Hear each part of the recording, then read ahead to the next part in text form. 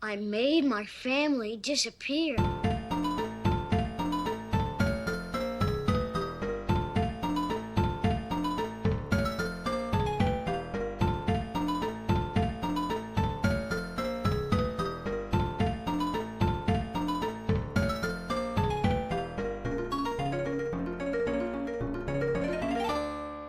Welcome to the 114th episode of Retrotopia. My name is Brian, and we're going to the McCallister house this week in the game Home Alone, both the little bit of the movie and the Super Nintendo game.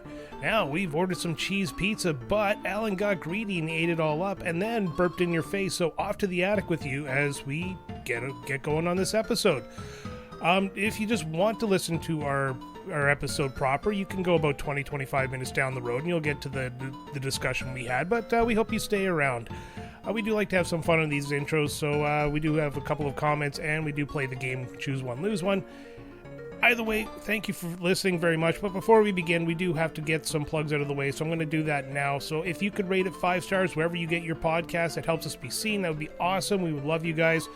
If not, an honest rating always works as well. We always could approve, and we always love to hear from you. So leave a comment on your favorite podcasting service. Also, we have social media. You can find it all at linktree/Retrotopia. That's linktr.ee/Retrotopia, which also includes a link to our Dashery store, or you can go to retrotopia.dashery.com. There you'll find some of our merchandise. We have a couple of designs there, and they're fun. That's all I'm going to say about that. Also, we have a Patreon, and it is free to join. And I must say, we have gotten an influx of free members there, and we're very grateful to everybody who has joined. But with your free tier, you get the ability to take part in some of our polls. We did a poll for the 5x5x5 that happened last week.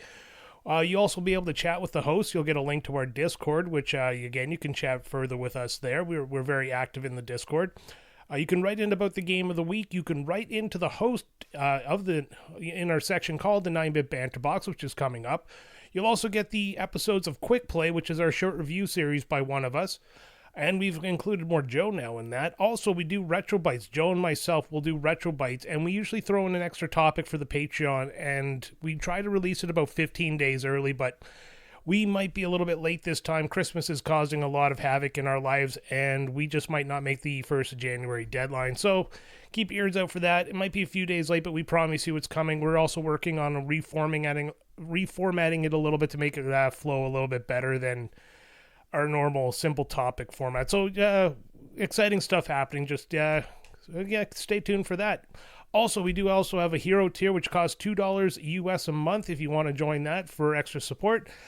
You actually get to select a game for one of us hosts to review on Quick Play, as well as you get the Sam created show, New Game Plus, where we take newer games and we review those, or if we have a topic that doesn't really fit the mold of anything else, we put it into a New Game Plus. Sam did the Dragon Quest manga, so a lot of fun stuff there. Also, you get a shout out, and we do have a shout out this week, so I'd like to welcome Brian Hang to the hero tier. Thank you for your support. It means the world to us. Also, I'm loving the amount of Brians that are showing up in our Patreon. Call me biased, but I think it's a great name. Now, if you just wouldn't spell it with that Y, ugh. I'm just kidding. Thank you very much. All right, so that's all out of the way, but it's not over yet because we're going to get into the 9-Bit Banter Box, a chance for the Patreon members to write into the host of the week because they're culturally elegant.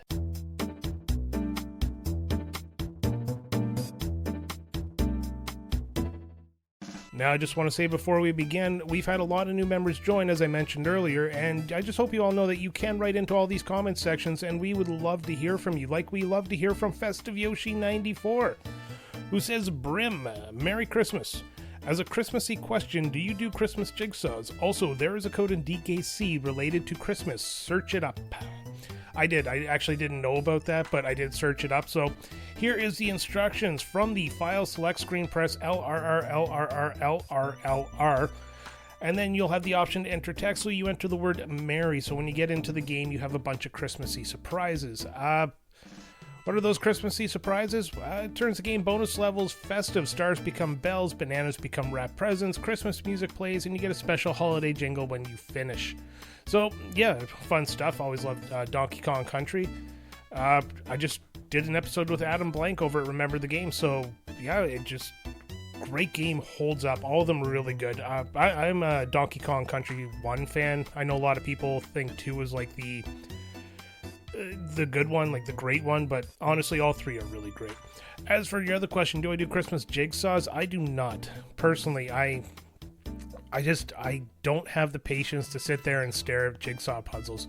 My wife, however, she loves jigsaw puzzles. She actually has a table in her office that always has a half-done jigsaw puzzle, so I'll walk in there every so often and I'll place a piece. Not often in the right spot, and it confuses her, and she hates when I do it, but I do it anyways. And as well as all of her Lego, she has a Harry Potter owl I always turn the head around on, and it's become a fun little game if I can do it without her noticing, and I quite often do. But she has to be in the office. That's my only self-rule. So no to the jigsaw puzzles, yes to making my wife's life a little more hectic. I hope that is great. I'll check out that DKC3 code. Thank you, Mr. Yoshi94. As next up, we have Hoolies Pet Dinosaur, who says, "Hey there, Captain B. Rye." Literally what he wrote out. Who is your favorite musical artist, and which artist sounds like nails on a chalkboard to you? Fun stuff. I don't have a favorite artist. Yes and no. I mean, there's artists I can listen to over and over and over again. Like Flagpole Sitta by Harvey Danger is a song I can just listen to on repeat. Tom Sawyer by Rush, I'd probably say, is one of my all-time favorite songs. So every time it comes on, I just get that adrenaline rush. Then it's just more my musical taste at the time. Like, I go through phases where rock just is everything I want to listen to. You know, you got your punk, your grunge, your alt, your ska. You got video game soundtracks if I'm in the mood. I'll listen to classical music if I just need to think and I need something without lyrics. That just keeps my mind on track. I'll even go through a rap and hip hop phase. As for artists that sound like nails on a chalkboard, I don't like Taylor Swift. I don't like that style of music. Not very many pop artists really jump out at me, and anything country just turns me right off. I can't stand country. It is just such a bad genre. It is so bad they created its own award show just because they couldn't win anything against real music. Take that, everybody who likes country. Thanks, Hooli. Next up, we got Dave McGinnis, who says, "Hello, Sexy B." Well, hello. If you had to choose one, what would it be? Beer, tacos, or me? So I'm going to treat this like a marry, fuck, kill situation. So I would marry Dave McGinnis, I would fuck Guinness, and I would kill tacos. Reasoning, well, Dave, I love you, buddy. You are one of my bestest friends in the world, along with others who know who they are, because I try to make it known. As well as Guinness is a delicious beer, although I can only drink it once in a while. I can't have too much Guinness. It's like drinking a meal. As well as I'd give up tacos for you, buddy. I love tacos, but I'd give them up. That's how much I want to marry you. Let's get married. It's awkward. I should... sitting here trying to decide whether I re-record that or not, but I don't think I'm going to. No, I'm going to live with that. I'm going to live with it from now on. Next up, we got Supercalifragilisticexpialidocious. Ah, man. I should look up the lyrics and start singing the song out every time he writes. Also, by the way, I can now spell that name without making a error on my computer. Thank you very much for making me learn something that I will never forgive you. They ask, what is your favorite Christmas movie? Well, let's go with the classics. Home Alone, obviously, I do love that movie, even though it's aged to a point where both as an adult and as a father, it's ridiculous beyond belief, but it's about the suspension of disbelief that makes the movie good. I also have Jingle All the Way with Arnold Schwarzenegger. That's a really good movie. Muppets Christmas Carol, I don't care what you say, the Muppets will never get old. You got your Bad Santa for your little bit of a raunchy movie there. Rudolph the Red-Nosed Reindeer and those claymation type or really old animation type cartoons. They always come on TV. Like, they always put them on the Canadian Broadcasting Corporation, or CBC as we call it here, and they will always entertain me every Christmas. Even though I think they're god-awful, I just love them.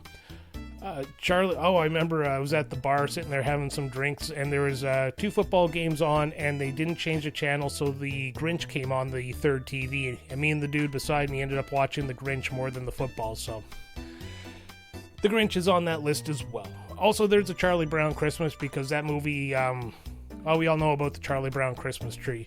Newer movies, 8-Bit Christmas, kid getting his first Nintendo. That's what the whole movie is about. It turns out to be a movie about, family and love and stuff like that.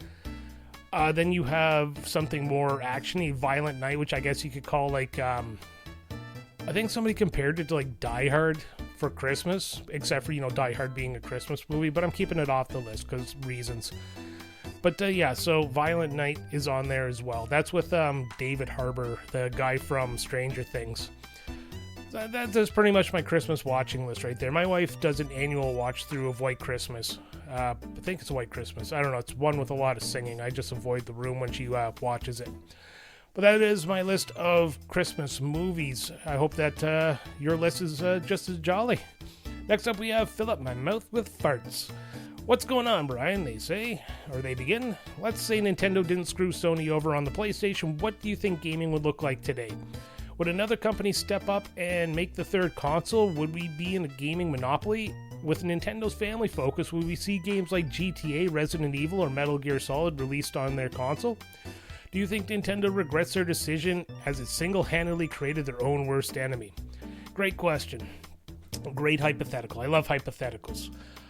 I believe if Sony didn't jump into the market, I think Sega would still be around. I think it would still be a Sega versus Nintendo thing, and I don't know if we would be where we are right now, but I also think Microsoft was just bound to jump into a market eventually, especially the more popular video games became. So they'd still be in there, and maybe they would be the ones who monopolize the market using Sony's own strategy. But that's a simple answer. I'm not going to go with the simple answer, so let's go with the hypothetical. Sony stays with Super Nintendo. Super Nintendo dominates the market. Sega's there, but they're never really more than a competitor in name only. Like the Saturn did fairly well being the first CD system. The Dreamcast comes out, but nothing to write home about. Nintendo stays the course. They always stay on cartridges and stuff like that, but cartridges memory gets a lot bigger, so they're able to do better and better graphics, and yeah, that's basically the direction they're going. But let's make this even more conspiratorial. All this happens, except immediately World War III breaks out, because Sony was the linchpin that kept the world sane. With their ability to have larger games, cutscenes, Final Fantasy VII, Resident Evil, all those games, they're what kept us from killing each other. So the Y2K craze is happening because it's December 1999, and it is because these two companies are still merged together that the Nintendo 64 PlayStation is the cause of Y2K. So all the machines shut down, unlike all the power factories, planes falling out of the sky, nuclear missiles firing on their own. All of it happens and it wipes the planet out. December 31st, 1999 at 11:59 and 59 seconds. We get to see the clock shift over right before we see the bright flash of light that ends us. 1,000 years in the future, the bees have taken over, and they are dominating the planet, and they're a healthy population. Luckily, though, beer survives, and now the bees can go out and get a nice beer. I have no idea why I wrote that in my notes, but that's what I wrote in my notes. So that is my conspiratorial theory. The reality is, as I mentioned, if Sony stayed with Nintendo, either A, Nintendo would have gone CD-based to compete with Sega, or B, they would have stayed the course with cartridges and memory would have gotten bigger, but Sega would have gone CD, so maybe Sega would have actually overtaken Nintendo with better graphics. Actually, that's probably a good one. This one's one I'd like to debate with somebody. Maybe I'll bring it up to the boys and see what they want to talk about it or not. Thanks for the question. Hopefully that answers it, then doesn't answer it, then re-answers it. Next up, we have Shane's World, who hasn't been around in a while. Welcome back, Shane's World. They say, what's your 2026 games you're looking forward to? Mine has to be High on Life 2 and Grand Theft Auto 6 if it gets released next year. Fair point on Grand Theft Auto 6. It's also on my list. Man, I imagine that's on most people's list. I don't think there's a lot of people who are going to pass over on that one. But I was looking at the upcoming releases. I didn't see High on Life 2 on that list. I must have missed it, but High on Life 1 didn't get me interested enough to jump on High on Life 2. It was very generic. Even though it was a Rick and Morty humor, it just didn't land with me gameplay-wise. But there is a game, Dragon Quest VII Reimagined. Now, I'm going to buy it. I'm going to have it in my collection. And I'm probably not going to get to it until at least 2029 if I live that long. As well, there is a game, the James Bond game 007 First Light, that's coming out in March. That one I will take a longer look at when it becomes, when it gets closer to it. Hopefully there's like a game trial or a demo or something like that, because I don't know if they're going to capture the magic of GoldenEye, and that's what every James Bond game is trying to do, is get that like on fire gameplay that GoldenEye just had for us as kids. So I'm going to take a look at that one. As well, there's Resident Evil 9 Requiem coming out. I'm not a Resident Evil fan. I haven't played Resident Evil since Resident Evil 2 outside of this podcast. So I'm not going to jump on this one. I'm pretty sure Alan and Sam are going to be all over it. So those are what I'm looking for in 2026. Next up, we have Brother Retro. He says, "Aye, Captain. So, how have you been? I hope all is well. Love you and yours from the Retro family." Thank you. I hope everything's well, and I hope everything's well with you, and same with everybody else. It's Christmas time. I just want to say Merry Christmas to everybody, and a Happy Holidays if you're not one who celebrates the Christmas season.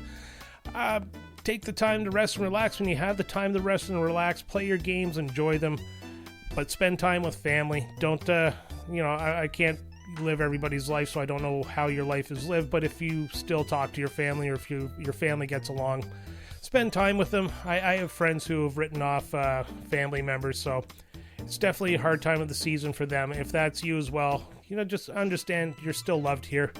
Merry Christmas to everybody. That's all the questions. Thanks everybody for writing in. Always love doing this. Always love reading these. Always love answering these. I spend some time.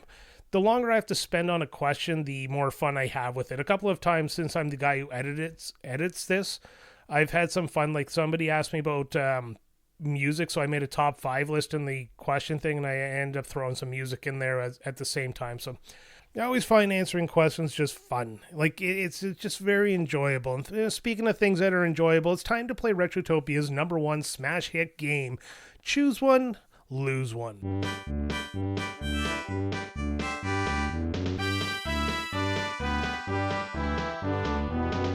Ladies and gentlemen, roll up and choose your power-up from the game of the week. You pick a power, we pick a consequence. It's choose one, lose one, the game where everyone's a loser.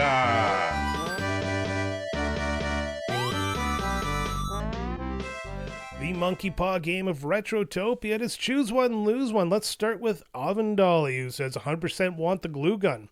That was my favorite weapon to get in the game as a kid. The sticky bandits look like an off-brand Martian when you hit them with it.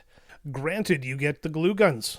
And I say glue guns because your hands have now turned to glue guns. Everything you touch gets covered in a hot, sticky mess. Kind of like being a teenager all over again.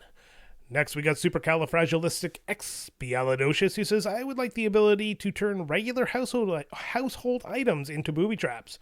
I would use this ability to build an escape room. Okay, first off, that sounds awesome. Secondly, granted, you can now create an escape room with any household item. The escape level that you build, though, is straight from the Saw movies. You're wanted for so many murders. Next is Festive Yoshi 94. It says, I want the micro machines that Harry and Marv slip on in the first film. Absolutely granted, you now have those micro machines from the movie, but no matter where you put them, they'll always magically be placed on the floor in your walking path, causing you to slip and fall each and every time. Then you'll get hit in the head with a paint can shortly after.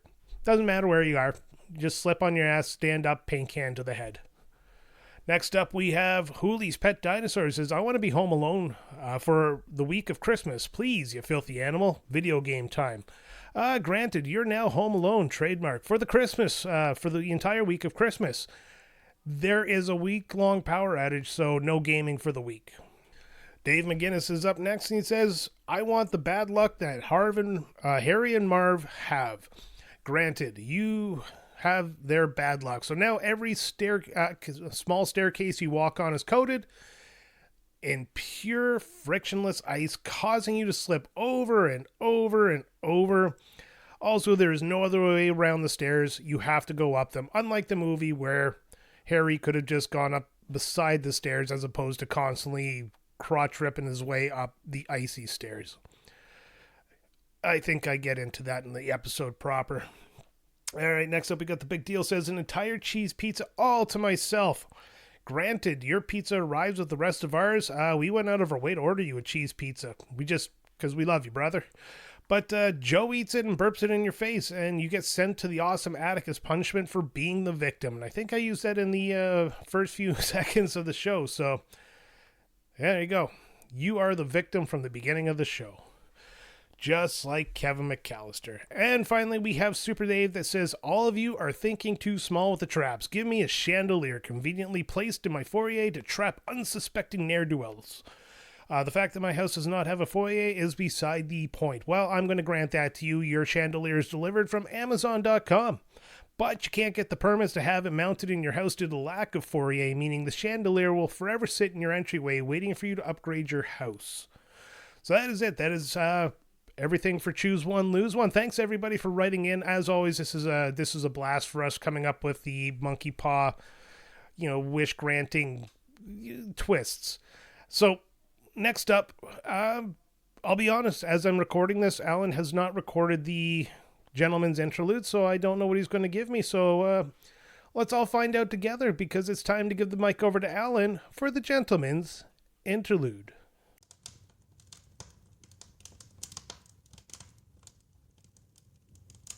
'Twas the night before Christmas, and all through Retrotopia, not a gamer was sleeping in our wondrous utopia.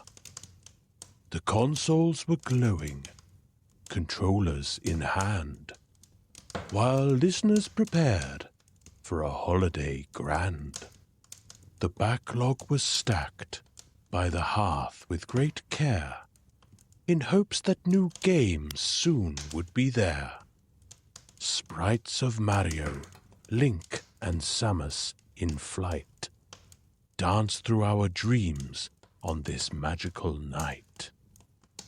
The listeners were nestled all snug in their chairs, while visions of pixels flitted through the air, when out on the web there arose such a clatter, we logged onto sales to see what was the matter. Black Friday chaos had struck wallets like thunder. Buy one, get two, oh, the holiday plunder. Limited editions, bundles, and hype. Each deal more tempting than a triple life type. We hovered over carts, our scroll fingers sore, clicking add to cart like it's a survival war. Oh, I need this game, we all cried with glee, while our bank accounts whispered, please, mercy me. From retro cartridges to the newest hot releases, from pixelated joys to modern-day pieces, we scrolled, we debated, we almost fainted from stress at the sheer volume of titles we somehow must possess. And yet in this madness the joy still remains, in co-op adventures, in pixelated terrains.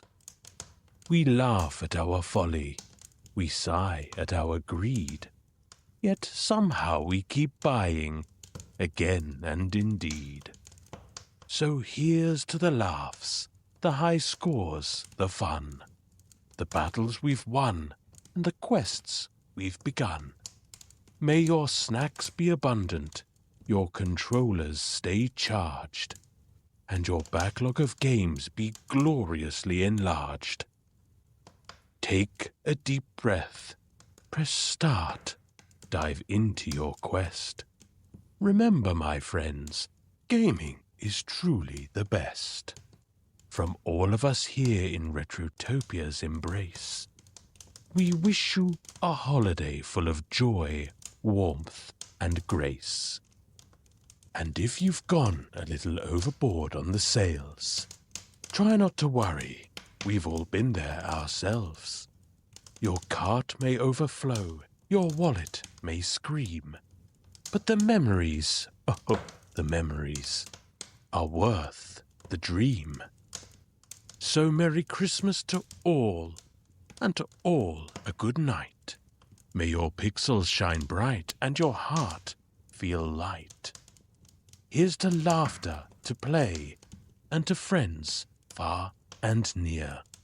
From all of us at Retrotopia, Merry Christmas and a Happy New Year. I imagine that was absolutely brilliant because Alan does nothing but top-tier work, so thanks, Alan, as always, for doing that for us.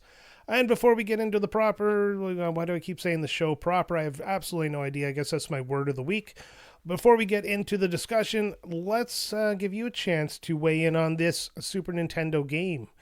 First up, we have Oven Dolly, who says, I played and still own the Genesis version of the game. I remember playing this game for countless hours, turning those damn sticky bandits into bouncy balls, off-brand glue Martians, or simply throwing tacks on the ground and laughing while watching them dance terribly. Nothing but great memories.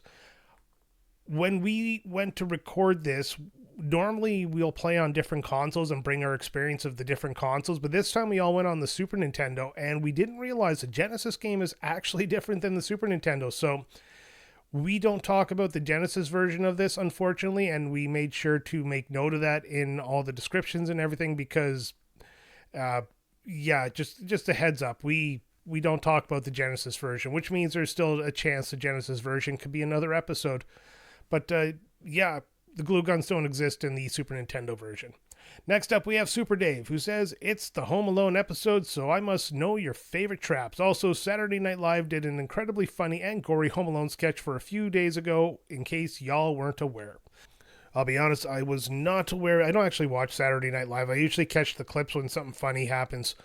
It'll pop up on YouTube, and then I'll just watch it that way. Good old VPN gets me through that region lock, and then bingo bango, I got Saturday Night Live clips. We do talk about our favorite traps, so I won't get into it here, but pay attention. You'll hear what we love.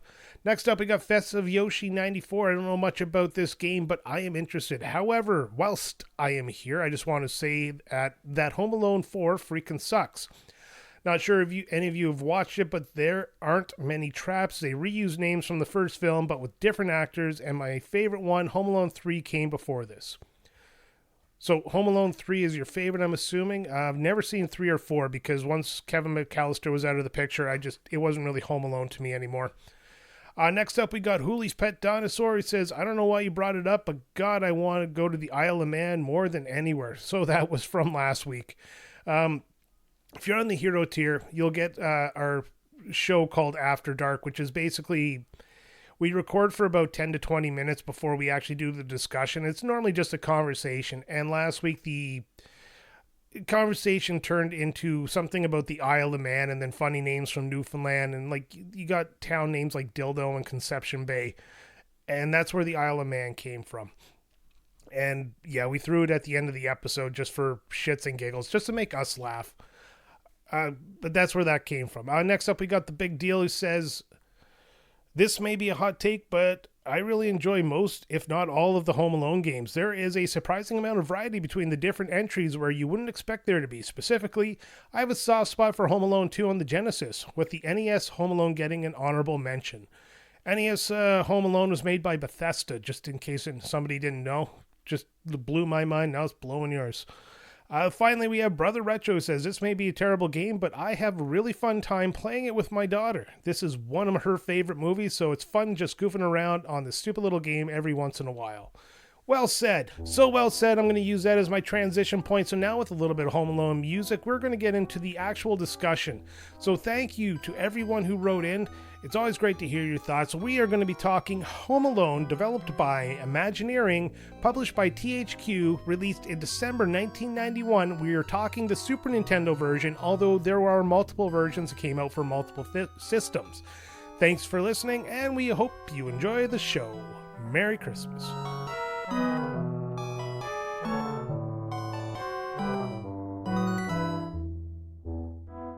It's Christmas time, and every year we like to pick a Christmas game. Last year it was the indie game Legend of Santa, and if you've played it, you've played it. If you haven't, you should. It's a very cheap game. But this year we decided to go to one of John Hughes' classics, featuring a cast of Macaulay Culkin, Catherine O'Hara, and a cameo by the legendary John Candy. It is Home Alone, and they had a Nintendo game, a Super Nintendo game, a Game Boy game, and a Genesis game based on the movie that we're going to get into in a little bit, but we all loved it. We've all grown up with this movie. Everybody grew up with, Kevin McCallister and the McCallisters and bad parenting and the plot that becomes thinner and thinner and thinner the older you get. So joining me, as always, is my present under the tree, Alan, and the guy I want to stuff the stocking, Sam. Oh, he's getting stuffed and I'm getting unwrapped. This sounds like a hell of a Christmas time. Thank you, Alan, for catching that one. I'm just glad that I'm not the guy that stepped on the ornaments or got burned on the scalp. Oh, Brian, I sat down I'll after invade your watching the home movie anytime. today and wrote some notes, and I got frustrated at the beginning of the movie, honestly.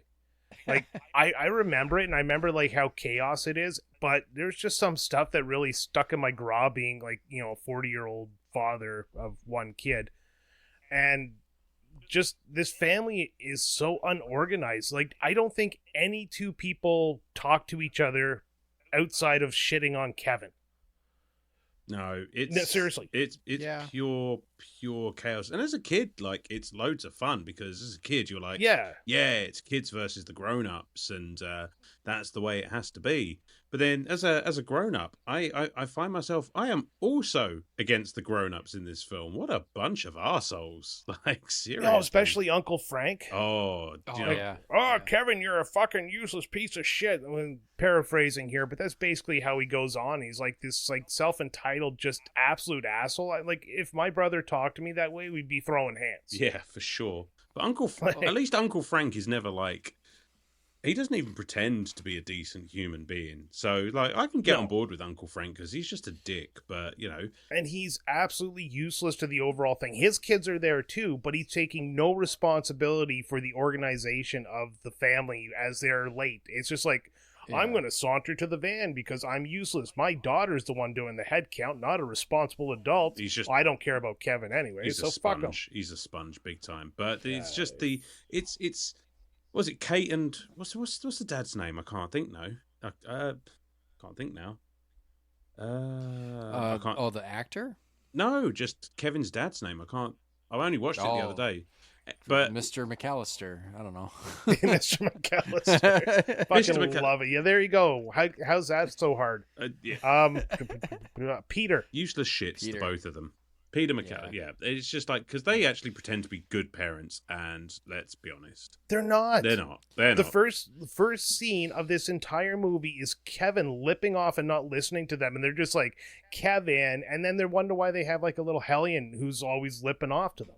Right, who they also ignore and shit on all the time. Like, it's they shit on this kid so much, it's to the point where, like, extended family come over and then they also treat him like shit. It's like, what the fuck? At least your cousins would be nice to you. They draft people Buzz in is the just to shit on him. quintessential 80s bully. Yep. Yeah. Like, he's just like the fat kid with bad teeth there, and he's just friggin' acted like just a stereotypical, I'm going to beat you up because we're brothers. And it's like, shut up, you fat piece of shit. And wasn't it him that they just took his picture and then put like a wig on him and then made him his own girlfriend? I think it's like one of the producer's sons with a wig on or something like that. That's right. Just to make like, ugly children because we are still allowed to, shame kids for being not Hollywood beautiful. Actually, I think they did that to not just like call out some poor girl on. Right, that's true. It's like, it's at least like which now is also problematic, but it's like at least it's just a boy in a wig. It's like, we're not gonna win. Right. Oh god. And then the entire, like, I noticed this today, like the ticket getting thrown into the garbage with Kevin's name on it. I never noticed that before, but I was kind of watching everything go on and it just kind of popped up. I'm like, oh crap. So that's like the, I guess the, what would you call it? The sparking point of this entire thing is Kevin's fight with Buzz, who ate all of Kevin's pizza. Kevin asked for a cheese pizza, and they order him a cheese pizza, and Buzz eats it all, so Kevin gets angry, and then Kevin gets in trouble, and Buzz gets nothing. I know. It's like, throw hands.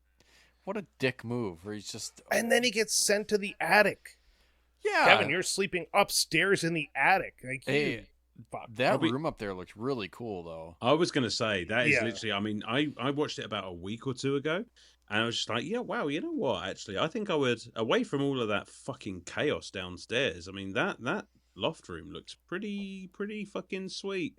I could get on board Probably with where that. I'd end up anyways. Yeah. Yeah, for sure. Yeah, I'll tell you right now, though, the moment, like, the neighbor's kid gets counted as Kevin, and he takes off, and they just think, Kevin's there, and they get to the airport, and they're at the airport, they have time in the van, nobody sits there and just takes a head count of who's in their van and says, okay, these are who I see, let's, when everybody gets out, make sure everybody's there at the airport.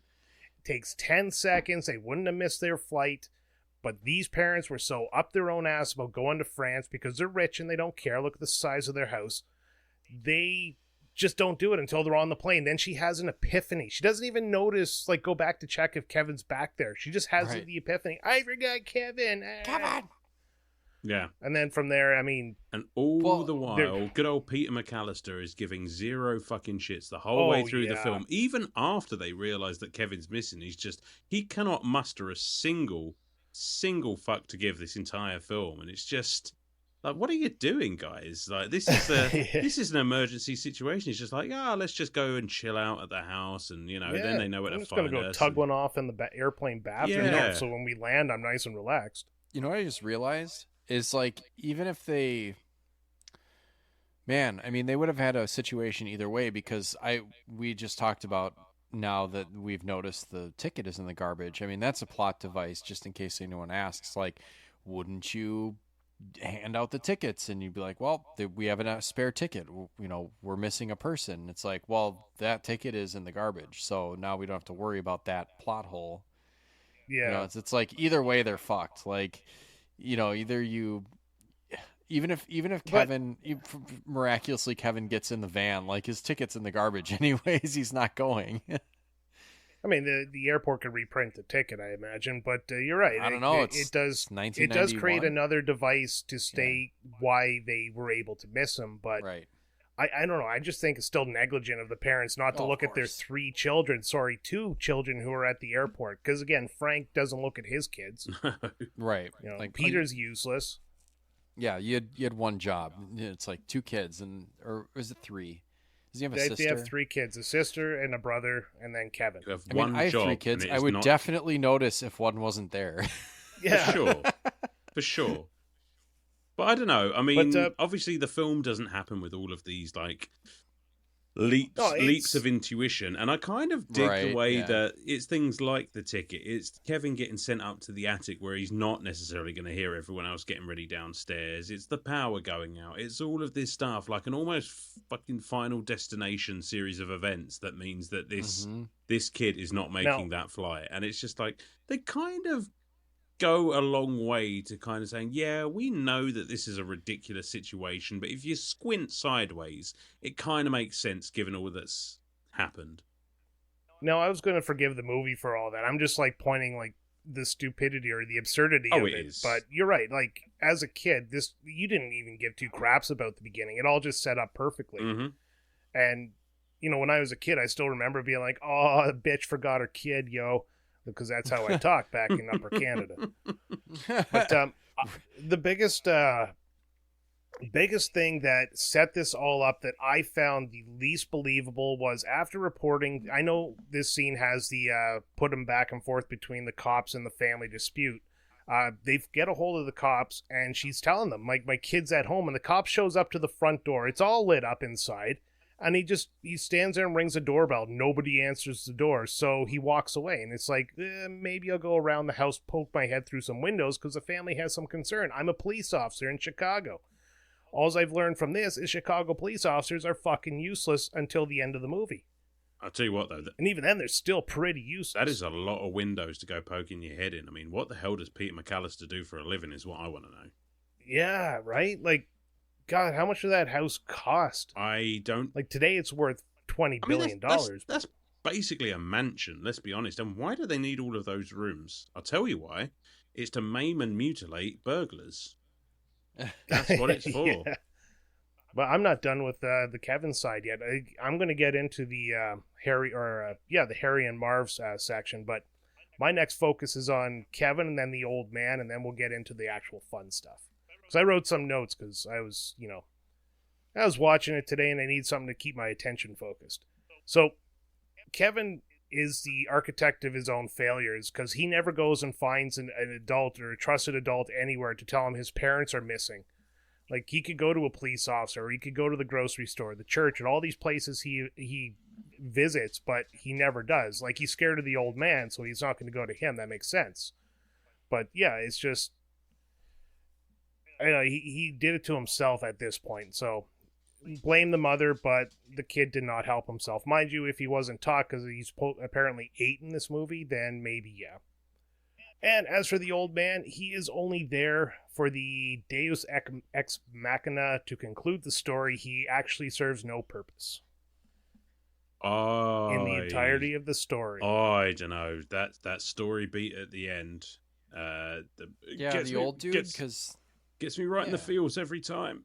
Well, like, he's there for the story, but what does he serve? Like, okay, him and Kevin start talking. Kevin tells him to call his son, but he doesn't check in on Kevin. He must know that the parents are gone. Like, this is the guy who's always out salting the yard, and he must realize that Kevin is walking into a house and he hasn't seen any other family members. But he never decides to, like, double check on Kevin. But when Harry and Marv finally catch Kevin at the very end, all of a sudden he is there to be the solution of beating the bad guys. Oh. So Kevin never really actually beat them. He just, maimed them partway through the adventure. Yeah, I mean, Kevin was cooked if that guy doesn't show up. Exactly. Yeah, so he is only there to provide a conclusion. He is a Deus Ex Machina of the story. He is God's intervention. I will dispute that only on the strength that Old Man Marley there does actually serve as a cautionary tale to Kevin McCallister about what would happen if he truly, like, alienates his family. It's sort of like, well, this is what happens to somebody who, doesn't mend that bridge between family, and it kind of inspires Kevin to sort of look on his family a bit more favorably. Okay, I'll concede that point, but again, without him the movie still would have progressed and wouldn't have had an ending. They would have had to think of something else, like the police showing up or something. My question is like, why is he literally acting so fucking creepy the whole way through the film? I mean, that scene in the grocery store or whatever, he just slams his bloody hand on the counter and then proceeds to stare at this child, saying nothing, and it's just like, yeah, right. It's to create what Kevin sees as a murderer, because that's what his brother told him it is. It's to make him creepy until he's not. But from the point of view of that character, old man look. Yeah, it's just like, why are you fucking with this kid? Seriously, dude, just say hello. That's all it would take. Yeah. Oh. Well, can't have that. Not at this point. You. All right. I think I've had my fun at the expense of the movie now. So let's get into the traps, the fun part. The Joe Pesci trying not to swear, mumble swearing. Oh yeah. And the who's the Marv guy? I can't remember his name. Daniel Stern, Marv, and these are the Wet Bandits, and their MO is that Marv turns on the tap of the houses they rob as their calling card, which bites him in the ass at the end because that's how the police use it to connect him to all the robberies. But I do always love the Marv and Harry versus Kevin story. Iconic. It's absurd, but it's fun. And you know what I realized? Just, it is such a relatively short part of the film, and as a kid, it is. It's only like 20 minutes, if that. And it's just, as a kid, that was the bit you wanted to watch. I don't think I actually, as a kid, sat down and watched the entire film. But as soon as it got to 9 o'clock, and this house is mine, I have to defend it, I was locked in. That was the film for me. Just watching this mousetrap style Saw fucking bullshit going on. It's just, that's the meat of the story, right? It upset me as a parent that when Kevin was finally about to eat something that wasn't ice cream and sugar, he didn't. I'm still pissed. Yeah, it's that like macaroni and cheese. Don't get me started. Yeah, that just. No, but the traps are like the one thing about this movie, of course, is ice is zero friction. So if you step on ice, you're going ass over tea kettle, and that happens to the cop when Kevin runs from the store from the old man who slams his hand on the table, and it happens to both Marv and Harry as they attempt to climb stairs, and it's just a comedy gag that ice is so slippery that they can't get a grip, and they're so dumb they can't think of a way to get around without slipping. As a Canadian, ice is not that bad. Yeah, you can slip on it if you're not careful, but you can maintain your balance. You can climb something and hold a railing, perhaps, which neither of them did. But, yeah. I defer to it was fun. I defer to the Canadian on this one. Yeah, watching Joe Pesci try to climb stairs was just hilarious after seeing him in, what was that movie he was in? The one where he's like a tough guy mobster. Is it Casino or is it Goodfellas? I can't remember. I think it's Goodfellas. Yeah, Goodfellas. Because he's like narrating, and he's a tough guy in that, and looking it up. I mean, just to clarify for anyone listening, we are going to talk about the game at some point, but this is not this is not a long game by any stretch. So. Oh yeah. We should mention that at the beginning. I'll probably mention that in the intro. So if you're hearing this and I didn't mention it in the intro, leave a comment, tell me I'm bad at my job, and that Alan's British charming voice is the reason you stay.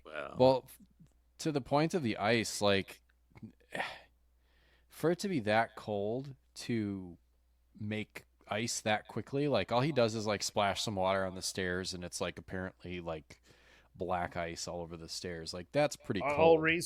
I'll raise you one further. When he runs across the road to get to the other house at the end of the movie, all the sidewalks are water, not ice. There's no snow on them. They're wet, but they're not black ice. So why did the stairs freeze and the road didn't? Exactly. Like I don't know, when it's that cold and it's in the where am I going with this? If it's cold enough to freeze, well, no, I'm saying if it's cold enough to freeze, what makes ice so slippery like that is like today, like it warmed up here and there's ice outside and now it is very slippery because there is a sheen of water over the top. That's what makes the ice slippery. If you are like instantly freezing water like that over stairs, like if you walk slow, you will get up it pretty quickly, like no problem. It's not as slippery when it's actually cold and dry. Yeah, and if they held the railing, and like the amount of times Joe Pesci and, well, I'll just call him Harry and Marv now, but the time Harry and Marv landed on the back of their heads in this entire sequence, they should be goofy by this point. Like, they obviously have concussions. Oh my gosh. Oh yeah. And more to come. Third-degree burns, literally on the skull. Oh, that's the one that got me, is how quickly they recover from, like, have you ever burnt, like, your pinky finger on the stove there? Just, a little bit of oil lands on it, and it hurts for, like, 3 days. Oh, yeah. Yep. And, like, I was cleaning something, and I had a knife out, and I ended up running the knife underneath my thumbnail and cutting the skin underneath it. It has been throbbing for the last 2 days. Like, right now, I'm, like, a little bit drugged up, but... yeah, it is not going away, and that thumb is pretty much useless until, well, not useless, but I can't, like, pick at anything with my nail because it just opens the wound again and it hurts like hell. Or I can't, get salt or lemon juice or cleaner or stuff like that in it. Ugh. And this guy burns his head and burns his hand, and he's still good. Marv gets a nail through his foot and then steps on the Christmas ornaments, and he's walking without a limp. Oh, the nail through the foot. Yeah, Jesus. And I love that one, though. That one actually makes me a bit squeamish. I always have this fear of nails going through my feet. When he steps on the nail, it's so gross. Yeah. Oh, I've done it. It's no fun. I was pulling a shed. Oh, I have too. I was pulling a shed down, and just one of the boards was just there, exactly where it needed to be. And I want to take the opportunity right now to shout out one of the members of our Discord, Blobby Rogers, who explained to me what an electric charcoal starter was, because I had no idea what that thing, like what even was that he hung on the doorknob, and I've wondered that for years. So Blobby, if you're listening, thank you very much, my friend, because you just took a big old splinter out of my brain. I think they stopped selling those, at least in Canada, because they are open heat sources and people would burn their houses down. Oh, absolutely. It's not a good thing to have. Yeah. No. I have a charcoal starter that's it uses hot air, like it has an element inside of it, and it'll actually heat up the air, and then it'll compress it at the end with the tip. and the hot air will actually ignite the charcoal, and it's a really good device. And then you can turn the heat off and just blow air, and it'll actually, spread the fire inside the charcoal. And also burn your hand if attached to a doorknob. Probably. I don't know. Not this one. No. Oh. No. This one would perm your hair. Then Kevin would be fucked in, wouldn't he? If he had all of that. Thank God this was like the 90s where everything was dangerous. I want to know if that was a practical effect where they actually heated up the doorknob, because if you go on the outside of it, the doorknob's actually glowing red, or if that was just like special effects after the fact, because that thing probably would have scorched the wood at the very least, and Kevin would probably burn the house down. I think that's definitely an overlay. Who knows? Yeah. Who knows? That and the fire on Harry's head when his toque melts and his hair's gone, and he's just like, yeah, this is fine. It's mirrors, actually. That one. It's not actually anywhere near his head. It's Well, I'm talking in movie, not practical effects. Oh, well. There we go. Sorry, well, we're a fucking clarified. video game show. What do I know about movies? It's time we get Sir Francis Cake from Read Watch Play on the film. So guys, who do you think won the movie? Who won the movie? Just a little Read Watch. No, I'm joking. The old man, because he got to reunite with his son and see his grandkids. Good stuff. Yeah, I was going to say the old man as well, because he's a hero and got to reunite with his son. I wasn't expecting such poignant answers. I always got to one-up Sam, yo. Yeah, it's true. What else happened in this? There's the micro machines in front of the stairs before they climb the stairs and get the paint cans in the face. You could watching as an adult, you could tell those paint cans are empty. They just did not have the downward swing force that you'd expect. And I'd almost expect if they were full, they wouldn't swing down in such a manner. They might actually break the rope and just fall down the stairs. Also, they didn't want to kill Joe Pesci, so good job. Yeah. And then that was another scene where both of them land on the back of their head. And the micro machines are gone when they land, I believe. I have to look that up. I thought I noticed they'd be digging those out of their skull, too. Oh, my God. Yeah. Can you imagine? You're missing a tooth. Yeah, well, you're missing a cerebellum. What else was there about this movie? There was the Kevin being scared and then kind of growing up and being brave, because he had it was all reflected by that furnace in the basement that he always thought was a monster, and then finally he's all brave. Yeah. Oh yeah, and the BB gun to the balls of Joe Pesci. Oh, where he just cranks off one of his testicles. That thing is popped. Marv gets one in the forehead, doesn't he? Yep. Yeah, and it doesn't even break skin. If you ever got shot by a BB gun, it breaks skin. That would break, especially from that distance. Yeah, that's point even blank. A BB. It might even lodge in his skull. Yeah, or pop his eye out if you got him there. Yeah, there you go. That's Kevin, a different Christmas movie. That's the wrong Christmas movie. That is. All right, who do you think sold the pain better, Marv or Harry? Oh, Marv for sure. Oh yeah, Marv. Wait. Marv is the tall one, right? Yeah. Yeah, Harry is Joe Pesci. Marv is the other guy.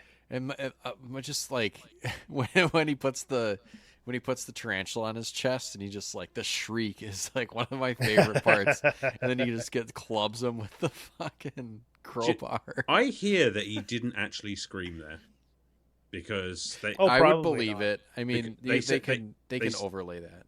Yeah, because they said it would spook the spider, and there was a good chance because it was on his face, and there was a good chance that it would. Yeah. Bite him, so he just makes sense. I don't know. I think it's true, but they just overlay. He's got such a fucking great scream, isn't he? It's a proper Tom and Jerry style scream, and that's what this whole film is. It's Tom and Jerry. It's Roadrunner. It's a Looney Tunes film, basically in human form. Yeah, pretty much. And that's why I loved it as a kid. That's why we all loved it as kids.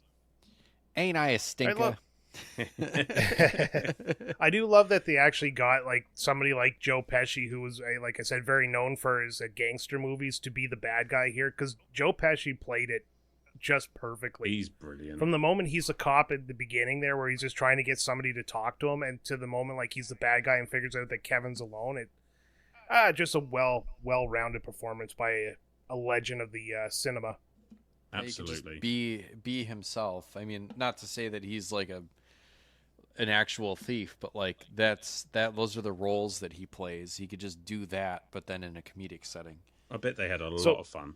I looked up some facts on the movie here, and one of the traps and stunt facts is, in real life, many of Kevin's traps would have been fatal. Doctors later confirmed this in an interview. Yeah, yes, I've watched several of those videos just like on YouTube, and yeah, I agree. And I think even as a kid, I probably knew that. Oh, we all knew. That's the cartoon effect, though. Like, we're used to Looney Tunes and seeing cartoon violence, so for us, this was nothing. No, exactly. That was just... But don't pop a titty out. Again, that was the 90s. We were just beating the fuck out of each other. Good times. We all know that Angels with the Filthy Souls, the gangster movie, is not a real film. It was created specifically for Home Alone. Yep. And that sequence where he fast forwards and rewind, you know how well you'd have to know the movie to be able to do that the way he did it? It's true. For a kid who watched it once and got scared of gun violence. Yeah. I told you that, guys, this earlier. John Williams wrote the score and he forgot to phone it in. He just came out blazing somehow again. Yeah, he was scoring the greatest Christmas film of all time. Oh, yeah, it was sitting there, and it was like the movie, like the music was just so good. I was just like, who did it? Because I wasn't actually watching the credits at the beginning, so when I looked it up, I was like, oh, yeah, it makes sense. Of course. And what if they told him that this is like an adaptation of the Christmas Carol with like a bunch of like serious actors? It's like, I know just the thing, and it's like, psych, it's Home Alone. I think I would have been even more excited. Yeah. Another fact I saw before we started recording, I was looking at YouTube Shorts, and because I watched Home Alone, for some reason now my shorts have Home Alone facts. And it was John Candy did the cameo as a favor to John Hughes at scale, but only got paid $400. He was paid less than the guy who played the pizza delivery kid. And he made the most of his time, didn't he? Like, I swear all of his lines are just fucking ad-lib. Like, what? Well, apparently he wasn't... Oh, he didn't have a script. He did it all ad-lib. What a legend. Rest in peace, perfect. And my good man. Yeah. He wasn't happy about the being underpaid that much. Oh, really? So, wow. You wouldn't know. Yeah, I'd be like, I said I'd do it for scale, not dick me around. Like, come on. The greatest polka star in the Midwest? yeah. And what was it? My first experience with Sheboygan. I love that word. Sheboygan. Yep. Sounds oddly sexual, but you know it's not. No. It is most certainly not. Sheboygan. Let's see. Most of the interior house scenes were filmed inside a high school gymnasium. I did not know that. Interesting. They had to build sets like... I mean, you'd have to think like they didn't actually destroy the inside of that house. They probably had to build replica sets of the house, and then they could, do damage to that stuff. Go to town. Oh, there it is. Pesci replaced real swearing with angry bumbling to keep the movie PG. And you can really tell that he's swearing under his breath. He comes close. Yeah. He comes close. Probably had to do a few takes of that one. Joe. Can't say that word. Honestly, you can't call him a motherfucker. Of all the speculation that we have done, that is one that I think is as close as reality as we're going to get. I believe that 110%. Sam probably could go visit the real house, which is located in Winnetka, Illinois. Yes, it is. Go take a picture. I can go see the Letterkenny farm. Sam can go see the Home Alone house, and Alan can go find Jack the Ripper. I was going to say, Alan can go to Diagon Alley. I can. Yeah, that's true, yeah. Platform 9 3/4. Didn't they put a marker up in the London station for that? They did. Yeah, there's like a half embedded cart too, isn't there? Or trolley, I'm sorry. I love Harry Potter, but that is such a pain in the ass because that station just gets swamped with people just hanging around there. And I thought they had... got to catch a train. Confirm this for me, Alan. Did they not put a barrier around the 9 3/4 thing because kids kept trying to run through the wall? I have absolutely nothing to back this up, so I'm going to say yes because that's fucking hilarious if it's true. I've got nothing. I'm gonna knock myself into Hogwarts. They put a barrier up. I'm talking about kids that are old enough to watch a movie but young enough to know better. You know, the ones like, oh my God, it's the 9 3/4, and they're like, I'm going to Hogwarts, bitch and dad, and then they run into the wall. But let's speaking of bitch, bloody kids. Let's talk about. I never get credit for anything. Let's talk about Kevin's mom. Kevin's mom's journey home was friggin' hilarious. The minute she walked in, and about 2 minutes later, in walks the rest of the family who just took the flight she was going to take anyways. Yes. Yeah, because she had to go through, like, Pennsylvania and then ended up... yeah. You know, she bought first class tickets for that old couple to get their tickets, and then she lands in the States there, and there's no connecting flight, so she meets John Candy and does the rest of the trip in the back of a budget rental van, which is highly illegal, by the way. You're not supposed to have passengers in the back of the fucking I never thought of the that. Polka King. That is so true, and you know that van had to stink. That thing had to be ripe by the time she got off of it. Oh God, it'd be cold. It would smell probably just like gasoline and farts, and just so many farts. I mean, I have no idea how long that journey is. You know, surprise, surprise. I'm not very good with my geography of the States, but did they drive from Pennsylvania to Chicago? Yeah, that's like a 14-hour drive. It's at least an entire day, if not more, and you're stopping probably. If you flew into Pennsylvania, which airport would you land in most likely? Philadelphia, or is there one in Pitt? There's one in Pittsburgh for sure. Yeah. Airport. Sheboygan. We ever gonna talk about this game? Brian's just like so excited about these facts. Like, we also played a game that this movie inspired. The game is going to be about a 5-minute conversation, and you know it. It's a 12-hour, 3-minute drive. Let's get into the game, because that was the last thing I really wanted to bring up was the ending of the movie. I was trying to actually conclude, but you called me out. I did. The drive from Pennsylvania to Chicago is longer than the game, as is the discussion we had about the movie. Yeah. God, yeah. This game takes about, what do you say, an hour to complete?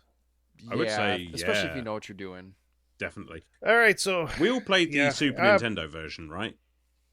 Yes. I did, yeah. Because there are vast differences between the different games, and I didn't realize that, because I was looking this up on the Wikipedia or the Wikipedia. The NES, the Genesis, Megasys, Game Boy versions, they all vary wildly. This version sounded like the one I was most interested in playing when I looked at the descriptions of all of them. That happened a lot across we've talked about this before with Animaniacs. I believe I talked about it. I did a quick play on Power Rangers for the Genesis. That was different than the Super Nintendo Power Rangers, which I believe was a beat 'em up. The Power Rangers for Genesis was like a fighting game. So yeah, like it's like they would just kind of like license it out to, I don't know if it was even the same developer, but it was like different console would have different teams and they would make completely different games. Yeah. Oh, Batman and Robin for Genesis and Super Nintendo are different too. Yeah. Well, looks like we're going to have a wildly different conversation here because, I played the Super Nintendo one, and I'm looking at the game manual for the Genesis one. You can leave the house? What? I have no idea, because I only played the Super Nintendo one. We all played the Super Nintendo one, yeah. Oh, thank God. Then we'll stick to the Super Nintendo one and screw the Genesis or the Megasys one for this time being. So, getting into it, the story of Home Alone, or the Home Alone story, right from the manual, is Harry and Marv, the bumbling Wet Bandits, have paid their debt to society and are now ready to get revenge on the youngster that caused them their humiliating defeat, Kevin McCallister.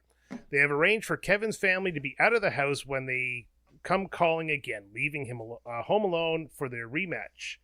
This time, the sneaky thieves have beefed up their gang with robbers and crooks that are more than eager to help themselves to the McCallister's valuables.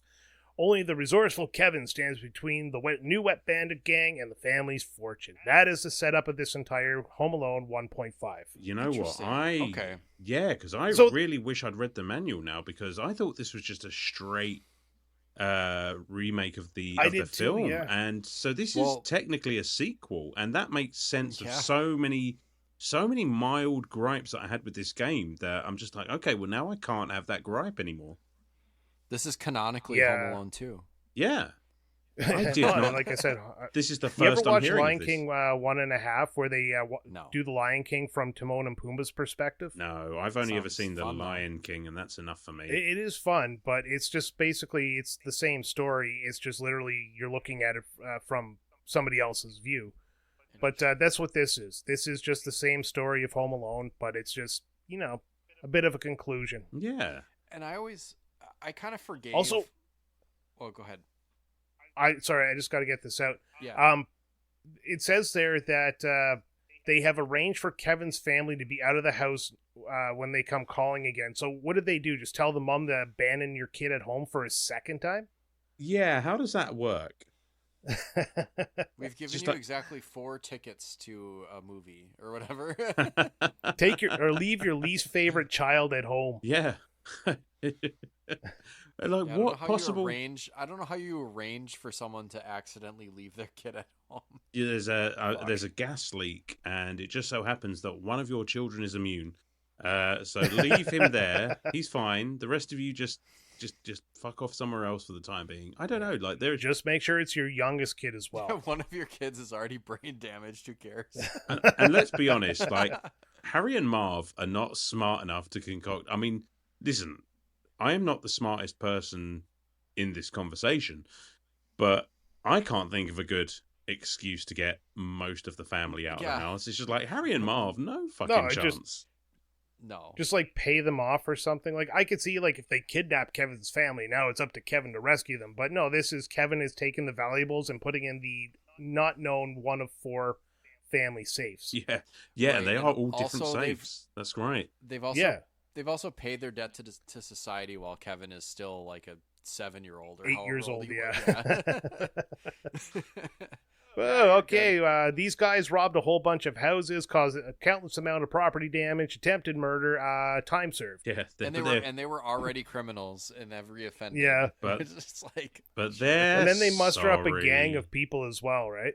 5. Yeah, and that is a huge explanation, because I was thinking, like, I get that this is a video game, and Harry and Marv are in the game, fantastic, but you've also got these other dudes roaming around. I'm just like, okay, like, I guess you need to have some excuse to have extra enemies in the house. I don't know why they're there, but that makes a whole lot of sense. So they've basically just like called up a posse and just gone in mob-handed, and I'm just like, okay, yeah, well, that tracks. I love it. I was gonna go to that point earlier. Like, I was playing it, and it was like, who are all these extra dudes? And it's like, I guess games really, when they were adapted, they're not even true adaptations. They're just like a game that's licensed for a property. So I never really expect there to be, a lot of adhesion to any sort of plot, or, you need extra enemies. You don't necessarily want to just repeat the same, although they could have just repeated Harry and Marv over and over and over again, and they do to an extent, but there's they needed variety in the enemy types, and I think a way to do that is to just add some extra gang members or whatever. Like, and I don't care they're that very it's generic. a sequel. Yeah, it's like, I don't care that it's a sequel. If they might not have even if they didn't add that little piece to it, it's like, I mean, it could have just been a game. They could have just said like, hey, whatever, what are you gonna do? You need more enemies. I don't know. They should have ramped up the story a bit, and Kevin's out for blood this time. I mean, he's also to that effect. He's also got a giant fucking spider, and like bats and like a giant rat, and like all the bosses that you fight. Like, there's like some monstrosities in his basement. Yeah, like I fully understand Kevin McCallister's fear of the basement now, because if I had all that shit going on down there. Well, let's go through the gameplay loop then, because that'll explain why we're talking about the basement. So Kevin has to pick up these items which are needed to beat the level, and you have a counter in your UI up in the top there. So you go on, and you can only pick up so many items before you have to find the secret hole in the wall that drops everything down to the vault, and then, you go back and you repeat on the 2 floors that you can go on for each of the 4 levels. So you have a total of 8 floors in this house. And it's a laundry chute, by the way. Yeah, okay. It's a laundry chute that leads to the vault. Right outside the vault. Where you keep yeah, the that wash makes machine. sense. One of 4 vaults, yeah. But, so that's the gameplay loop. The bandits who are clad in black fedoras and, black suits with white shirts, and then Harry and Marv are basically your enemies, and you can kind of stop them along the way using one of the weapons we'll get into in a minute. But once you're done the level, you go down to the basement where you have a boss fight before you can close the vault. So that's the gameplay loop done 4 times over. Right. So I just wanted to get that out of the way because it was very quick, it was very simple, and it really kind of explains everything about the game. Yeah, it's not the deepest thing. And each quote-unquote wing of the house, by the way, like Kevin's dad must have gotten a promotion of some sort. To have like separate wings of the house. So like you're running through, and each level has specific types of items that you're collecting. Like the first one is just generic valuables like rings and necklaces and bullshit like that, money, bags and stuff. And then you go like toys, and then electronics, and then the last one is the most difficult one, obviously, is animals, like all of his exotic pets or whatever. Exotic, expensive pets that are just like, these are just cats, dogs, and fucking there's frogs for some reason. Like, how expensive are these? And the lizard that climbs up the wall, and if you don't catch it in time, it'll just climb to the top and stay there. I don't even think the Wet Bandits are stealing cats, dogs, frogs, and lizards. And what kind of monsters do these guys have to be to like take live pets? Well, like there's jewelry all over the first part, and I know Marv in the movie says he wants toys, so there's toys in the second part, and then electronics. Who's going to steal the family dog? I don't know, but I don't know. Yeah, I'll tell you what kind of monsters are going to steal? I'll tell you who is the monster is Kevin McCallister just yeeting these poor animals down the laundry chute. Right, that too. It's like there's no one even there. It's just this kid is just like, I'm going to throw all the animals down the garbage chute. Yeah, we've already determined though that you can get hit on the back of the head and not get a concussion, so these animals are fine. Yeah, they're fine. Probably. Yeah. I also like that in the electronics section, like half of what you find are just remote controls. So it's like they're just stealing all the remotes from the house. Like, what a dick move! Like, TV's still there, but I mean, Sam, this is the day where you couldn't go past channel 13 without a VCR, and there's no channel button on the VCR because it's high. Have you seen the price of batteries these days, mate? I mean, that's what they're taking the remote control for. Them sweet batteries. Half-used batteries. Yep. I had to buy a battery for my car over the weekend. Yeah, there you go. It's extremely expensive.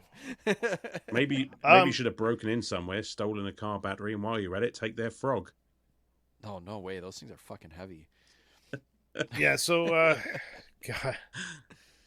So, Kevin has health, I guess you can call it. So if you find a cookie, you regain 1 hit, and you find slices of pizza. Like, Kevin really just eats pizza wherever he finds it. And if you get the full pie, you get an extra life, or you can find a pizza box which has an extra life in it.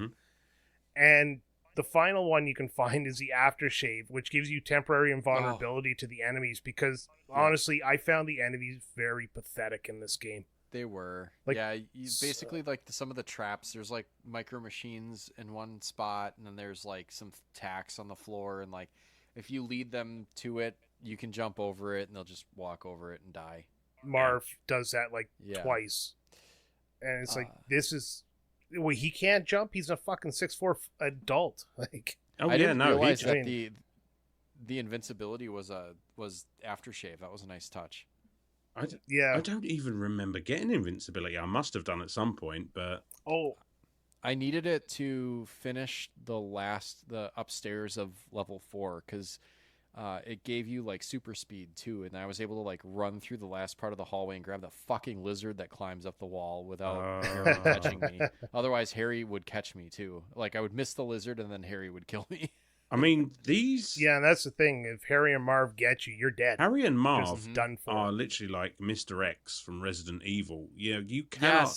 They are just these hulking, never-stopping like behemoths that just chase you around. And I like the fact that you can like lead them over the traps and they'll just, I guess, fall through the floor and be done with. And that's kind of neat. I like the fact that you use the traps that are already set up to get around them. But there are some areas that you're in where you get cornered by them and there is nothing you can do but take a hit, right? That one room, you know the room I'm talking about. Yes, there's a trap room where like there's absolutely fucking nothing in it. And then if you go all the way to the end of it, obviously you're looking for stuff, as you would do in a game like this, trying to explore and find all the items. Fucking Marv comes through, and there's nothing to like jump on to jump over him. And so you either just take a hit, or I don't know, you're just stuck. It's like, what the fuck? And I know you can slow them down, but the weapons in this game, like so you've got the water pistol, you've got a baseball, squirt, you've got the BB gun. I think that's baseball bat. The baseball was the best. Yeah, I mean, but baseball. I didn't really find that they did a whole heck of a lot. Like they would slow things down, sure, but I never actually quote unquote killed anyone with it. The only thing to do is jump over the mobster. That's all I was able to do. You killed somebody? Welcome to Retrotopia Confessions. Yeah, I killed someone with a baseball. I killed a guy with a trident. So what all the squirt gun does is like stun them for some reason, and they hunch over momentarily. You can usually jump over them. The baseball, I think I was able to throw. It takes a lot. Like there's not many baseballs laying around, but if you throw 3 or 4, they'll die and fall off the screen. But not Harry or Marv. Harry or Marv cannot be killed by conventional methods. They have to be killed by traps, pretty much. I'm looking at the game manual right now. So the 4 weapons, the water pistol just has unlimited shots and fires quickly. Slingshots, you get 10 shots for every slingshot you collect. It's a little more powerful. The baseball, you get 1 throw per baseball, and it makes Harry double over with 1 shot. Mm-hmm. And then the BB rifle, 15 shots per rifle. It takes more shots to stop Harry, but he'll double over for a longer period of time. Right. It takes a lot. Nothing about Marv. He'll get to me before I put enough shots in him to double him over. Yeah. In the first level, there's that table, like a kitchen table you can jump on while I think it's Harry comes after you, and you have to like squirt him and jump over him to get to the door in time. Yep. Yeah. I hated that one. Yeah, that was really is a Wet Bandit. Some of those rooms were just kind of ill-conceived. Like they move too fast. There really isn't anything you can do to stop them. Like if they really wanted to make this more authentic, like Kevin is a force to be reckoned with in the movie. Like he can figure out a way. Like doesn't he have like a fucking bow and arrow, or he's got the rifle? Like he is armed. Oh yeah, and and his aim is presumably pretty good. He's gonna hit him in the forehead or in the eye or something like that. Like he can do some damage. Definitely. Not in this game though. No, I mean in this game the enemies are literally there to either just trap you and sap your health, or to be like the corridors, you can avoid them pretty good. Like there's a good amount of sort of up and down to this. Like you can jump on boxes and shelves and what have you and get over them. And you know if you can lead them, because they'll follow you to the ends of the earth. If you lead them to something that they will step on and die essentially, then you kind of good. And I do like that mechanic, but I don't think it's very well implemented everywhere in this game. Like there are a lot of rooms there that are just pure troll worthy. Oh, sorry, I kind of faded out. I was gonna say I thought I'd lost you. I was trying to think of the next point I wanted to make. But then I lost it. It might have had to do with jumping on stuff. Let's just the other kind of interesting thing, I guess. Like, sorry, I lost my train of thought for a second because I meant to say something and I forgot what it was. The items that you're supposed to collect,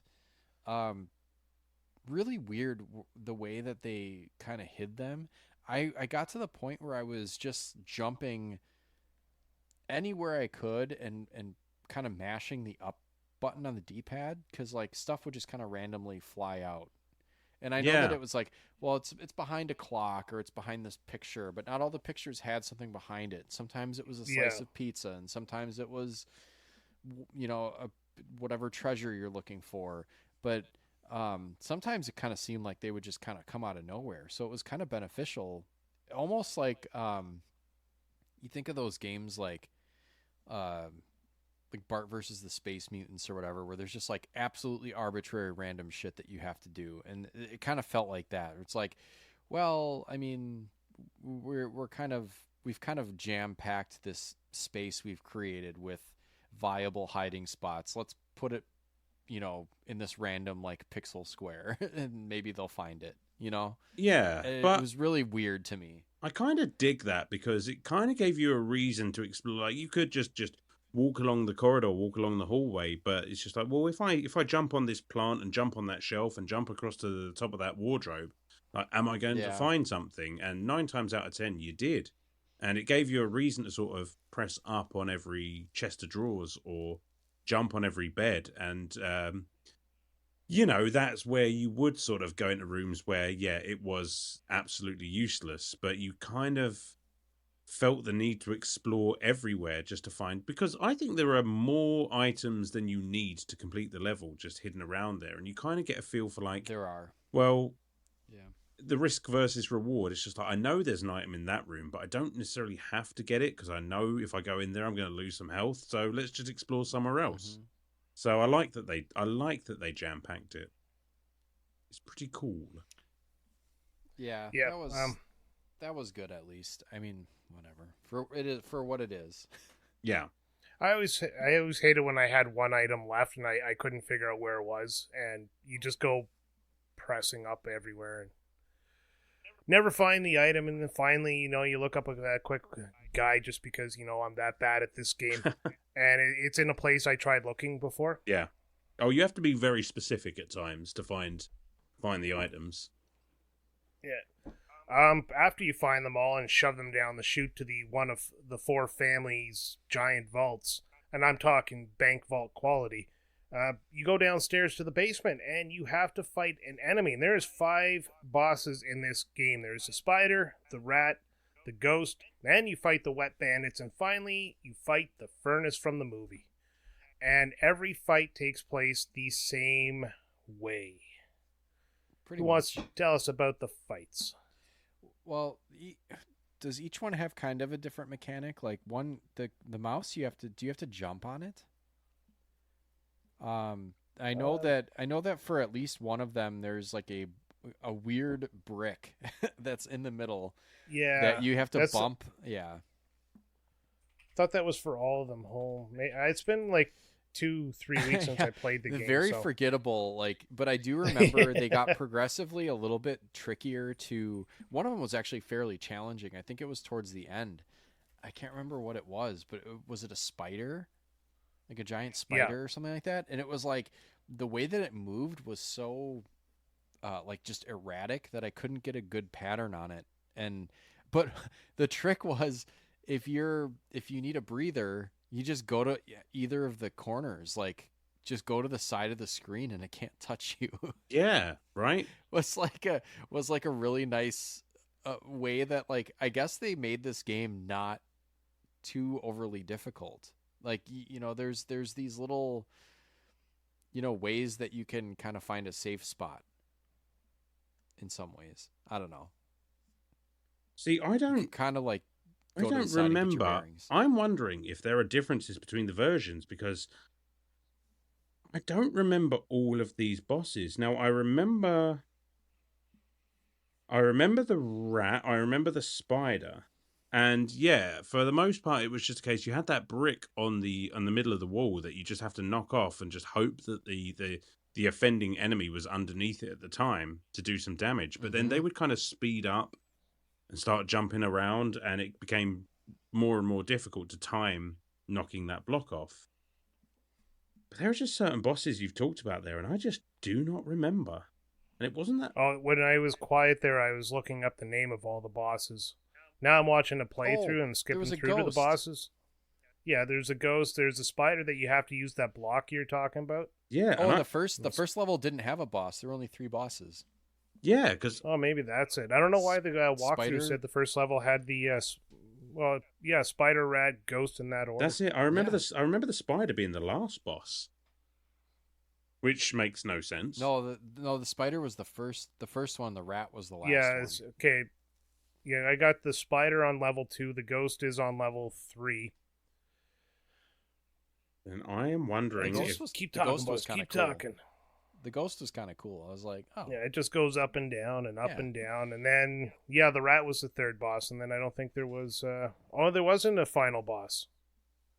I don't know where this walkthrough is coming from because I'm watching, like I said, the playthrough. And then after you beat the rat and close the 4th vault, there's no boss. No, that's it. Yeah, it's just the rat and then that's it. I was actually surprised by how abruptly the game ended. Like, I knew it wasn't going to be a long game. So when I got to stage 4, I was like... we should be just about done by now. Yeah. But I thought there would be something else. You know, like these games are notorious for, and when I say these games, I mean like licensed NES or Super Nintendo or Genesis, versions of things. Yeah. Like Ghostbusters is a good example of like just something completely wacky, like weird twists in the gameplay right at the end. Oh God, yeah, Devil May Cry. Like all of a sudden, it's a rail shooter. Like, just doing something goofy and different, like right at the end to kind of throw you off. But this game doesn't do that. It's just like, it's done. Yeah, that's what's throwing me off. Is like as I was reading the notes I had here, and like I said, I was reading the wiki. I don't remember fighting Marv and Harry. I don't remember fighting the Furnace, but it says on the Super Nintendo version that those 2 fights happened, so not in the version I played, that's for sure. No, not in the version I played either. So, obviously some version differences, even within the Super Nintendo. So, fucked if I know what happened with the development of any version of Home Alone. But, yeah, I mean, 4 levels, very repetitive gameplay loop. And, your corridor up to the boss where you dodge bats or rats or God only knows what until you get to a boss and then just stuff everything in the vault. I mean, it's a simple game. It's a rental game was what it is. It's a game you beat in a weekend. It is a rental game. But you still feel like you get ripped off. That is perfect. Yeah, that is definitely a rental game. 100%. Yeah, and then I remember rental games, and I'm pretty sure as a young lad, I was a little bit older at this time, so I wasn't falling for the marketing tactics, but if I was a young kid watching Home Alone, I'd see the game and I'd want to play it, and I'd pretend I was having fun because, well, that's what we did back in the day because we were only allowed to rent 1 game a weekend. Yeah, but I don't think I didn't have fun playing this.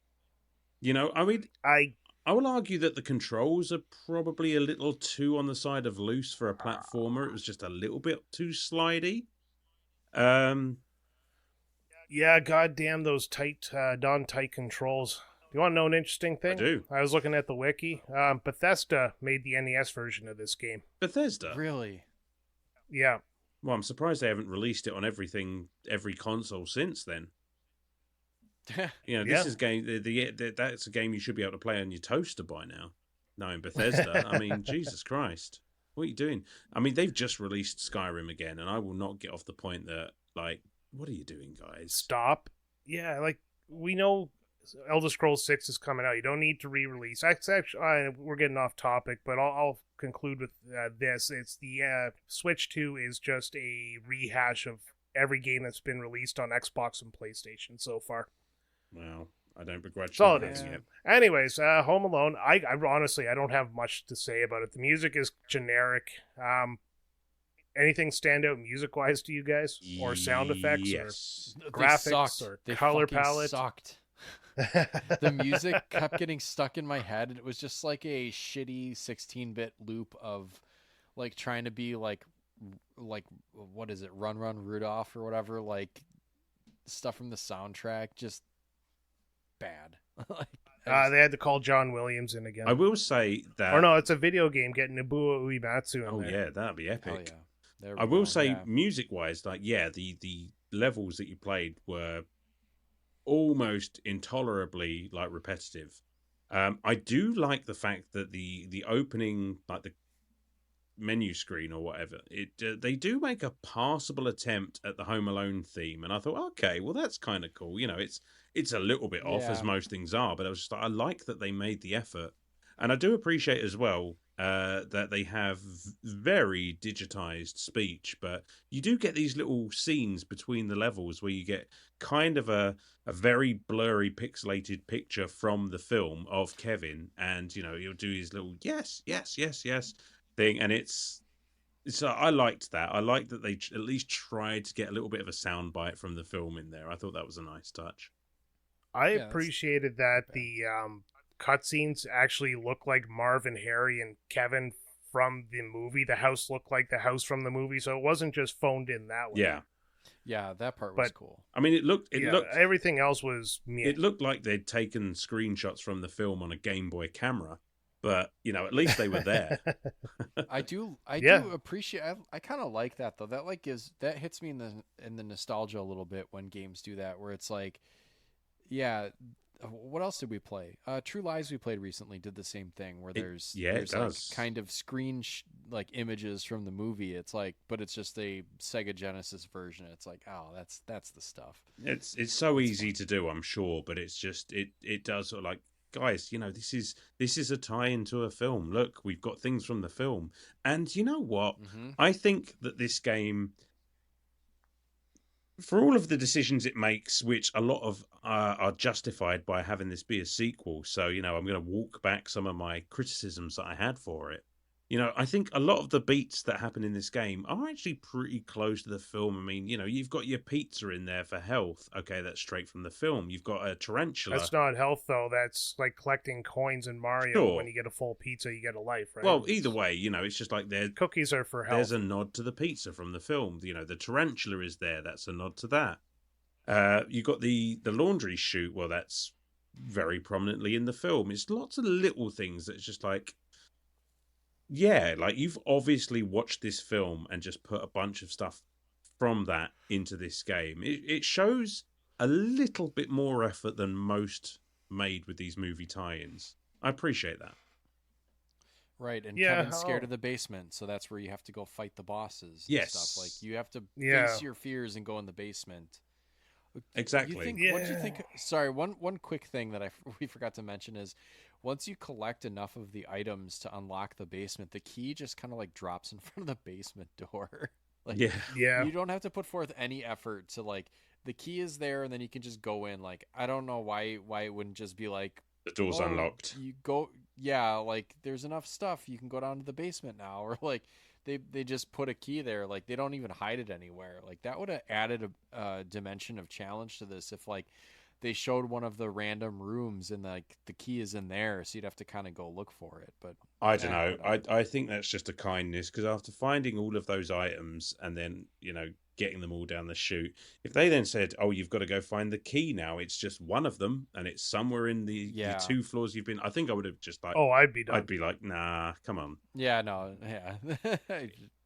You've talked me out of that. It's a kindness. It's just like, well, there you go. You've done enough. Go and fight a boss now. Well done. Yeah. All right, you guys ready to wrap it up?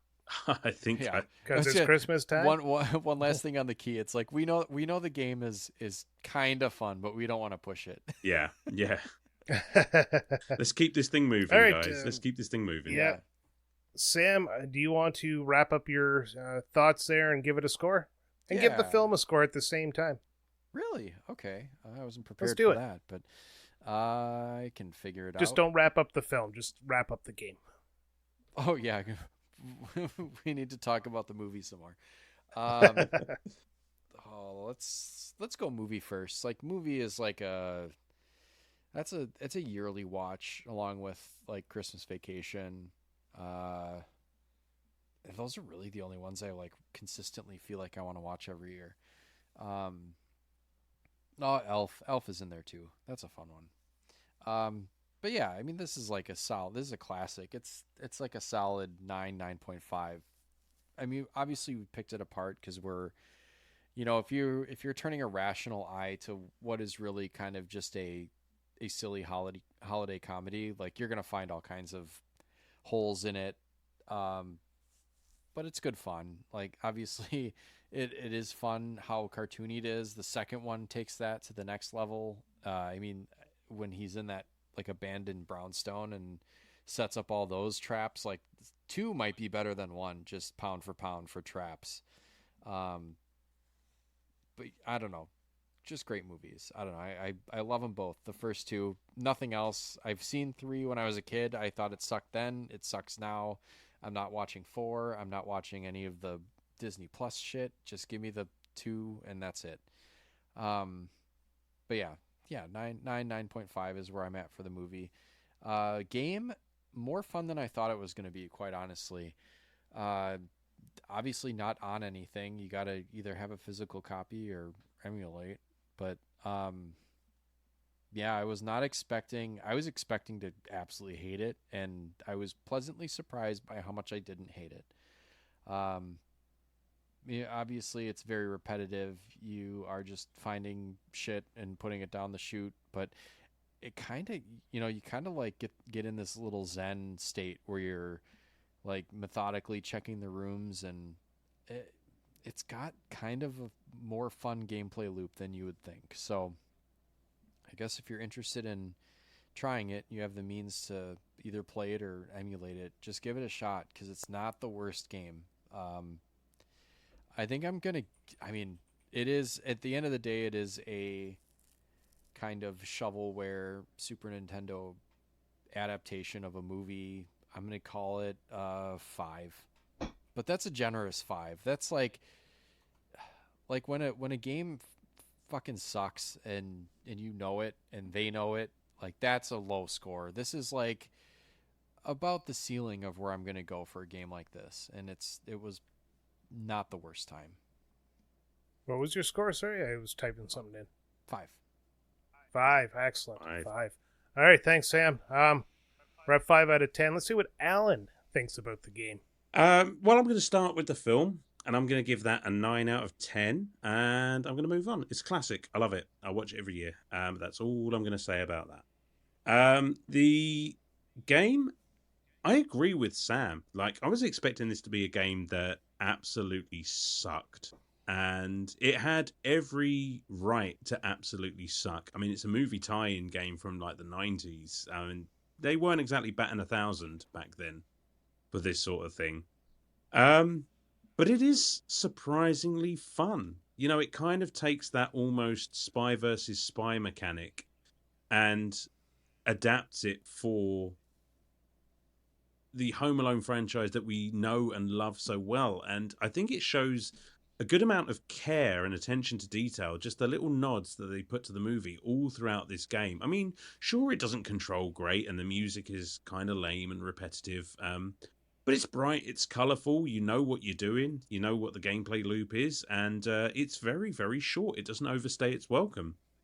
So it's, if you like Home Alone, and like Sam said, it's not the easiest game to track down, but, you could waste an hour on this over the Christmas period and just be like, well, there you go. I played the unofficial sequel to Home Alone, and it's definitely getting an extra point out of me because I didn't know that was what this game was, and it does explain a lot about why they made some of the decisions they did. So I know I'm going to keep it short, and I'm going to give it a 6 out of 10 because 5, I think, is sort of right on that border between good and bad. And I think this had a little bit more good going for it than it did bad. So I'm going to give it a 6. All right, we got a 5 out of 10. Sorry? Home Alone as much as Brian liked Devil May Cry. Well, more because you actually wanted to play it. But then score-wise, it's the same. All right, so Sam gave it a 5 out of 10. Alan gave it a 6 out of 10. And as far as the movies goes, we got 9 and a 9.5, not respectively, in reverse order. I'm also going to agree about the movie. I'm not going to get into it. We over-talked about it. And I'm going to give it a 9.5 out of 10. I'm not going to disagree with that at all. As much as I kind of poo-pooed on it, it's more of me being an adult thing, kind of seeing it through adult eyes rather than the joys I have of actually watching the movie. I was not bored through my watch through at all, and I've seen this movie probably 20 times over the last 30 some odd years, and it holds up for just a great fun Christmas movie. And it makes Macaulay Culkin immortal in the fact that even though he's the same age as I am, I'll always see him as 10-year-old Kevin McCallister because he was 10 when he filmed it. But so that's enough about the movie. Going on to the game, I'm going to agree with you guys. I didn't hate this game, but I also didn't like this game. It's just one of those, yes, I've played it. No, I'm not sad I've played it, but I don't really feel any joy from having played it. I don't know. It's really hard to explain. I found the gameplay loop to be repetitive, and with there only being 4 levels and 2 floors per level, and the infinitely large McCallister home with its 4 wings pointing towards the 4 winds of the gods, and their 4 giant safes, it deviated a little too far from the movie for me to really say this is a great movie adaptation, but there are those nods to it that bring it kind of back up. I would never recommend anybody run out and buy this game. I was looking it up on price charting when Sam was talking there, and this game sells for $60 American. Oh, fuck that. Or no. it's valued $60 American, complete in box. And if you find a new copy of this game, it values at $700. Jeez. So obviously there's some value to this game. The European copy is $19 American. So, you could trip and, land on 3 copies. To give it a score, I'm going to go lower than both of you. I'm going to give it a 3.5 out of 10. I'm not sad I've played this game, but at the same time, I am not going to sit there and gush about it and recommend it to people. It's good if you find a copy and don't really have anything else to play, or if you're just Home Alone curious, but don't run out to try to find this game. That's what I'm kind of saying. Not for that price. Jeez. Yeah, especially for that price. I mean... Yeah, that surprises me because, mostly I'm collecting loose cartridges. I don't really go for in-box with manual too much. I think the in-box is like $20, which is still kind of steep for how much this game gives you. I mean, if you could find a copy of this for like $10 or $15, that's not bad. No, but yeah, don't do more than that. Honestly, there are worse. Exactly. There are worse games that you could have in your collection than this. Oh, yeah. Well, yeah, I mean, of course there's worse games you could have, but don't run out getting this one. Don't get those either. either. Games are there. No. Yeah. All right, so that's going to do it for another episode of Retrotopia. Of course, I've been Brian. Joining me, as always, was Sam and Alan, and we talked about Home Alone the movie and the video game on the Super Nintendo. Maybe one day one of us will get to the Megasys version. We don't know. But probably not me. That's all I'm going to say about that. So if you're ever home alone, make sure you ice down your front steps. I don't care if it's summer, just to be safe. And Merry Christmas, you filthy animals.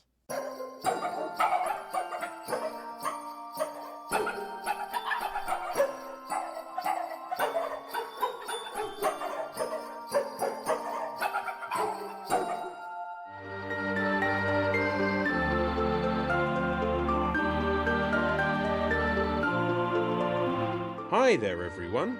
We here at Retrotopia couldn't do what we do without the support of our Patreons, and to that effect we would like to shout out our heroes at the hero tier.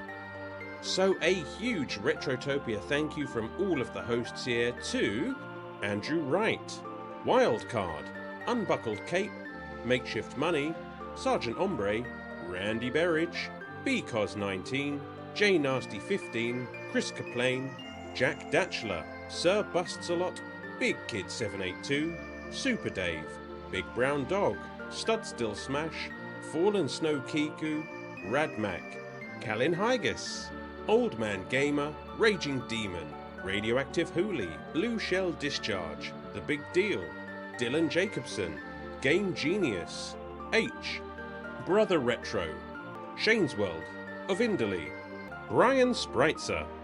So thanks as always for your support, guys. It truly means the world to us and means we can keep doing this little thing that we love so much.